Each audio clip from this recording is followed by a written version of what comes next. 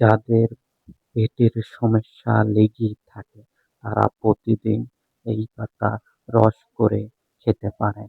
প্রতিদিন সকালবেলা এই পাতা রস করে খেতে পারলে পেটের সমস্যা থেকে দূর হতে পারবেন।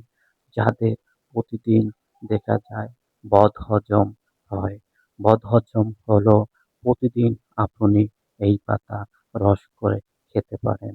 রস করে খেলে বদহজম থেকে আপনি অনেকটা ভালো থাকবেন।